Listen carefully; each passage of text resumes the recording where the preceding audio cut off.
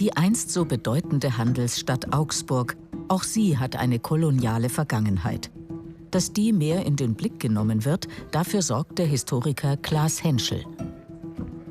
Ein Kollege von mir hat das mal so formuliert, dass deutsche Kolonialgeschichte beginnt in Augsburg. Das kann man als These annehmen oder nicht, aber es ist auf jeden Fall nicht ganz unberechtigt, weil hier einfach durch die großen Handelsfamilien schon sehr früh globale Kontakte geschlossen wurden. Daran erinnert etwa eine Tafel mitten in der Innenstadt, in der gut frequentierten Annastraße.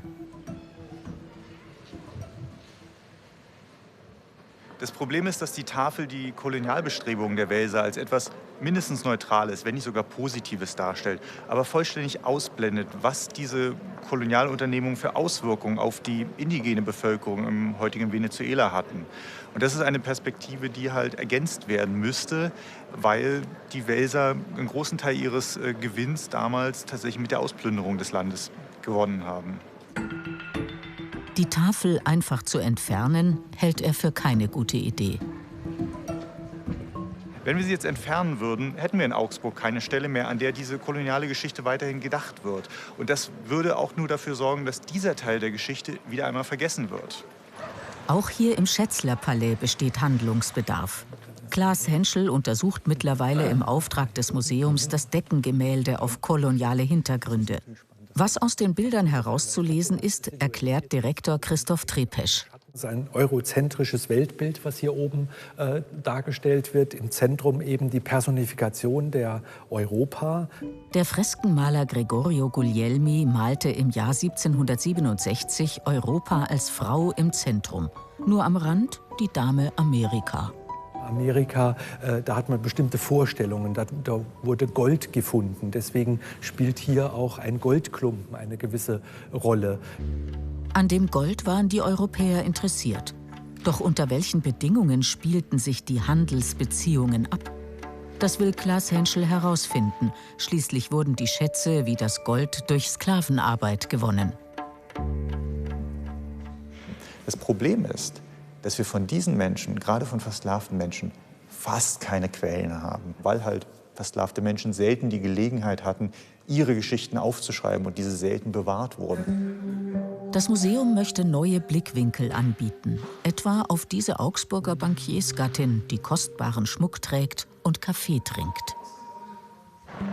Die Diskussion um das koloniale Erbe und die Frage, wie sehr dadurch Rassismus gefördert wurde, ist in vollem Gang. Auch Caris Ikoko und Rea Darabosch beschäftigen sich damit. Also Rassismus begegnet einem ja alltäglich eigentlich. Also natürlich mir als weiße Person jetzt nicht. Ich glaube, jede schwarze Person ist schon mal Opfer von Rassismus gewesen. Ich glaube, da kann man sich so gar nicht irgendwie rausfinden. Die beiden gehen heute ins Schätzler-Palais. Rea Darabosch hat sich in einem Blog mit postkolonialen Perspektiven beschäftigt und Caris Ikoko engagiert sich bei der Black Community Foundation gegen Rassismus. Mit 8 Jahren ist sie aus dem Kongo nach Deutschland gekommen. Klaas Henschel ist neugierig auf die Gedanken und Ideen der beiden. Sie sollen sich bei der Neubetrachtung des Deckenfreskos einbringen. Wie empfindet Caris Ikoko den Blick auf Afrika? Von den Lichtverhältnissen her, wie die Wolken zum Beispiel dargestellt sind und dass auch die Person, die beispielsweise im Hintergrund steht mit dem Speer, dass man da nicht weiß, in was für einer Zusammenhang es eben mit dem Kontinent eben steht. Also das sind so Sachen, die halt eben in Frage gestellt werden können meinerseits.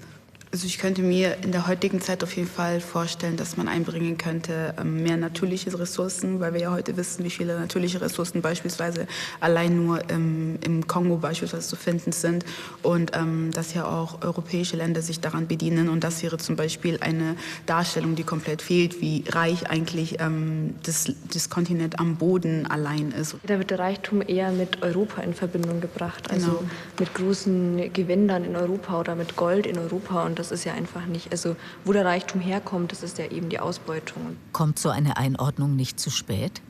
Ich würde sagen, bitte lieber spät als nie. Definitiv kann man damit früher beginnen, hätte man damit früher beginnen können. Aber ich glaube, dass wir in einer Zeit jetzt sind, wo wir diese ganzen Sachen auch lernen müssen. Altbekanntes rückt in ein neues Licht. Auch die berühmten Patrizierfamilien der Stadt. Im Domviertel wurde 2014 das Fugger- und Welser Erlebnismuseum eröffnet. Das Konzept wurde nach Kritik in den letzten 2 Jahren überarbeitet. Auch dieser Raum wurde umgestaltet. Die stellvertretende Museumsleiterin Katharina Dehner zeigt die Darstellung, die früher hier ausgestellt war. Wir sehen hier die nackten indigene Bevölkerung. Die wurden oft so dargestellt, um zu zeigen, diese seien wild, sie seien nicht so zivilisiert. Insofern sei es legitim, die angeblich höher stehende christliche Kultur aufzuoktroyieren.